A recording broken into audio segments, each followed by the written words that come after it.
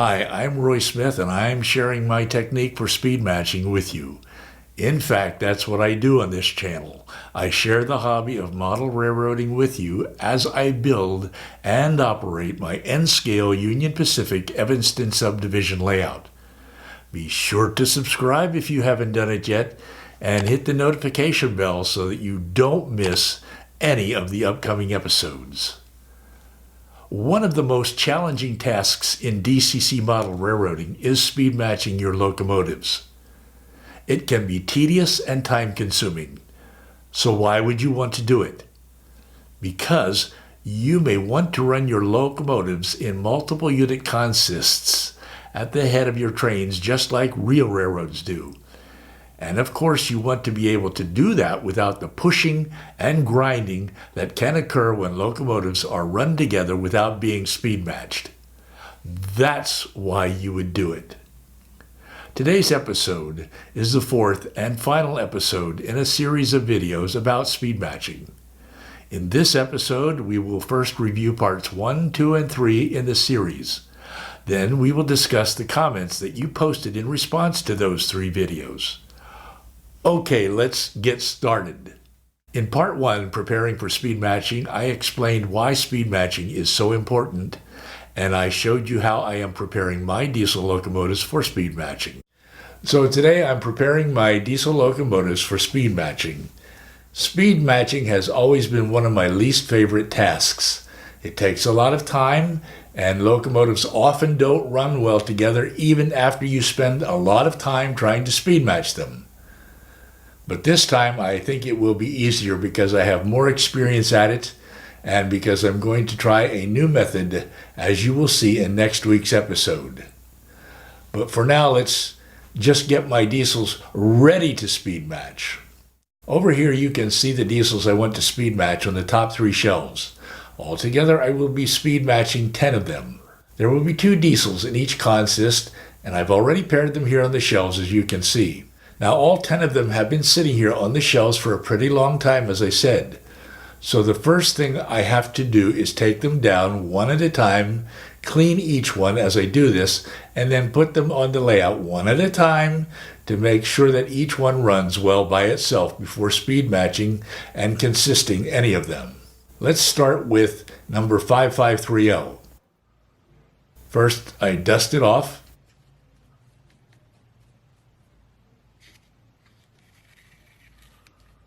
Then I fire it up. But as you can see, it's not moving. My guess is that I have to set CV19 to 0. CV19 is where the consist address is stored, so I need to make sure that any previous consist address is cleared out by setting this CV to 0 on my power cab. Look at that. It's running, and all I needed to do was set CV19 to 0. There are a couple of other things that I will need to do before I can actually begin to speed match my diesels next week. For one thing, I will need to make sure that the momentum in each diesel is set to 0 before trying to speed match them. In part 2, setting up for speed matching, I showed you how I tried and failed to speed match my locomotives in the past, and what I am doing differently now. I briefly discussed JMRI and CVs, which are so important to the process of speed matching, and I showed you how I put together a platform with a circle of track to do my speed matching. I want my speed matching to be quick, simple, and most importantly, successful this time. That's why I'm going to make some changes in the way I do it. I will be using JMRI again, and I will be adjusting the settings of certain CVs in the decoders of my locomotives. But this video is not about JMRI, nor is it about CVs. Even so, I do need to say a couple of words about JMRI and CVs because they are so important to the process of speed matching. JMRI, or Java Model Railroad Interface, is an open source program that helps you change the factory settings of the CVs in your decoders. Actually, it's a suite of applications that you can download for free. The application that we will be using from this suite is called Decoder Pro. Decoder Pro is a tool that simplifies the process of reconfiguring CVs. Now, CVs, or configuration variables, are settings in the decoders installed in our locomotives which control the behavior of our locomotives. The CVs in decoders come with factory default settings, but you can change those settings so that you can run your trains in ways more to your liking. To change the CVs for speed matching, we will specifically need to edit CVs 2, 5, and 6. In last Saturday's layout update, you saw me prepare 10 of my diesels for speed matching. You saw me clean them up. You saw me set CV19 to 0 in all of them, because CV19 contains the addresses of previous consists that the locomotives have been run in. Well, since last week, I've done a couple of other things that will increase the likelihood of success this time. I've cleaned the track where I will be doing the speed matching. I've cleaned the locomotive wheels. I've made sure that the momentum is turned off in all of the locomotives by setting CV3 acceleration and CV4 deceleration to 0. And I've disabled BEMF by setting CV61 to 0. I did all of this so that these settings wouldn't interfere with the process of speed matching.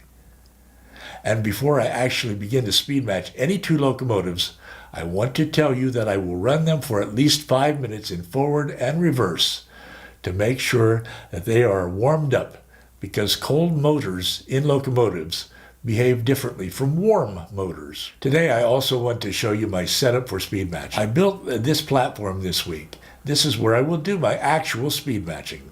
These drop feeders bring power to the circle of track from the layout bus wires. My power cab connects to the PCP or power cab panel here. And this cable runs from the PCP panel to an NCE USB adapter. In turn, the USB adapter connects to my MacBook Pro. You can see the JMRI basic speed control sheet on the screen. You will see a lot more of this sheet in the next part of this speed matching series of videos. In part 3, how to speed match your locomotives, I showed you how I actually go about speed matching my locomotives. In JMRI, I could use either the basic speed control pane or the speed table pane. I'm going to use the basic speed control pane because I want this process to be as simple as possible. Besides, here's what JMRI says about the two. It says, unless you want to get into some precision speed matching, you probably won't need to use the speed tables. You'll be able to accomplish much of what you want just using start volts, mid volts, and max volts. So I will be working with basic speed control. In effect, I will be entering new values for CVs 2, 5, and 6, which control the speed of the locomotives where it says start, mid, and max volts. With that, let's get started. I've already put the two locomotives in consist because we will have to run them together simultaneously on the circle of track. The first thing we have to do is determine which of the two runs faster. The faster locomotive will become our lead locomotive, and we will not be changing the start, mid, and max speeds in it. Instead, we will be increasing or decreasing the speed values in the rear locomotive so that its speed matches the speed of the lead locomotive as closely as possible. I have already determined the start speed is the same for both locomotives. That is, they both start at the same time and both run at the same speed on speed step 1 of the throttle. So I won't have to change the start speed for 5530. So instead I will go to max speed next. I turn my throttle up to its highest setting. I will leave it set there on speed step 126 throughout the adjustments that I am about to make. And pretty quickly the distance between the two locomotives shortens. As you can see, I need to increase the value of max speed on 5530. I continue to make adjustments over and over. There, I think that's about as good as we're going to get with max speed. So let's move on to mid speed. I will be turning my throttle down to speed step 63 for changing the value of mid speed. And I will leave it set there on 63 until I'm finished making adjustments to the mid speed for 55-30. There, I guess that will have to do. If I can't run the rear locomotive at exactly the same speed as the lead locomotive, then it would be better if the rear locomotive runs in a slower speed than the lead locomotive so that it's not constantly pushing and shoving the lead locomotive. Well, that is how I'm doing my speed matching. I received a ton of comments in response to those 3 videos. I want to share the comments with all of you because I believe that we can all benefit from them. Your comments fall into 4 categories as you see here. Let's take a look at each of them in turn, starting with number 1, adjusting the faster locomotive versus adjusting the slower one. You will recall that I first determined which was the slower of the 2 locomotives that I wanted to speed match. Then I adjusted the slower one at start, max, and mid velocities up to match to the faster one. But in your comments, a number of you said that you prefer to adjust the faster one down to match the slower one. In most model railroad tasks, there seldom is a right answer or required way to do things. Most of the time, it's a matter of personal preference, and that's true of speed matching. So I chose to match the slower one up to match the speed of the faster one. In truth, I don't know if it really matters whether you choose to adjust the faster one or the slower one, but I do think it's important to pick one of them for adjusting each of the 3 voltage settings while leaving the other one untouched. Don't do what I did in the past. In the past, I tried to adjust the settings for both of them simultaneously, and doing that just about made me crazy. Of course, there may be times when you don't have much of a choice about whether to pick the faster or the slower one for adjusting the voltage settings. For example, you can't decrease a setting on one of them if it's already on a minimum setting of, say, 1, and you can't increase a setting on one of them if it's already maxed out at or close to 255. However, most of the speed matching experts prefer to adjust the slower one when changing the start voltage and the faster one when changing the max and mid voltage settings. So that's what I will probably do from now on. 2. Speed matching the entire fleet versus pairs of locomotives. You will recall that I speed matched my locomotives together 2 at a time. That is, the 2 that I plan to always run together in consist, rather than speed matching the entire fleet. To speed match the entire fleet, you need to select a master locomotive, and then you match every other locomotive in your fleet to it.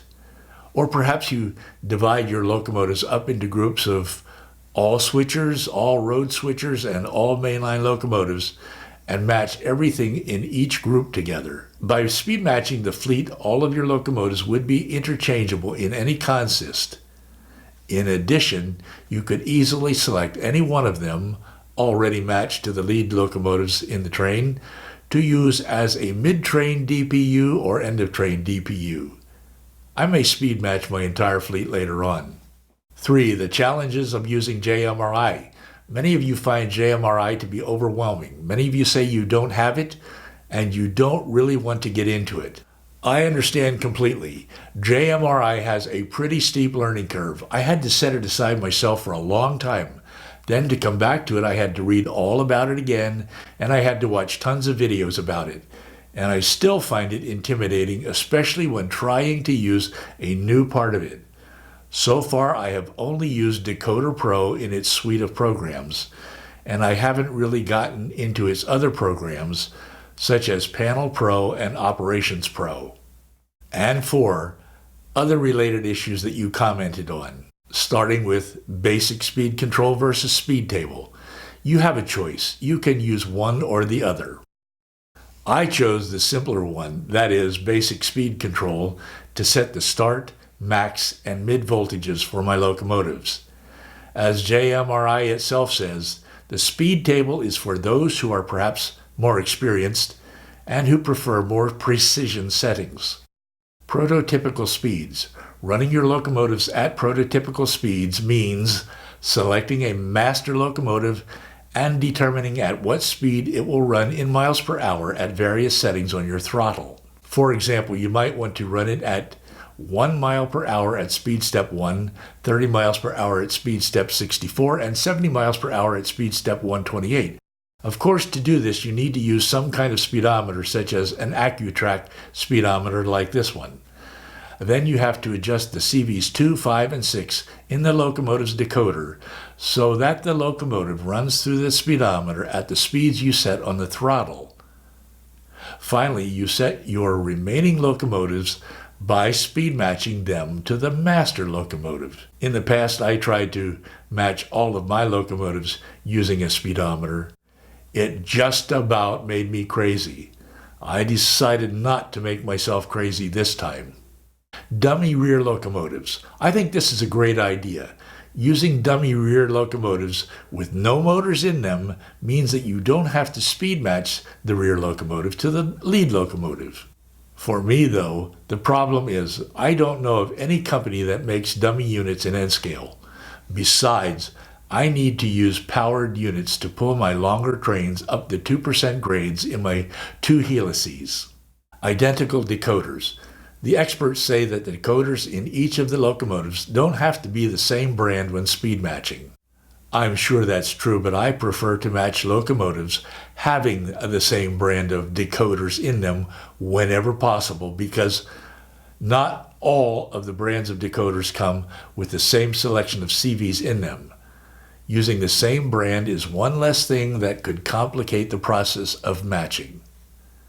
If I had known this years ago, I would have tried to select one brand of decoders and go with that one brand from then on.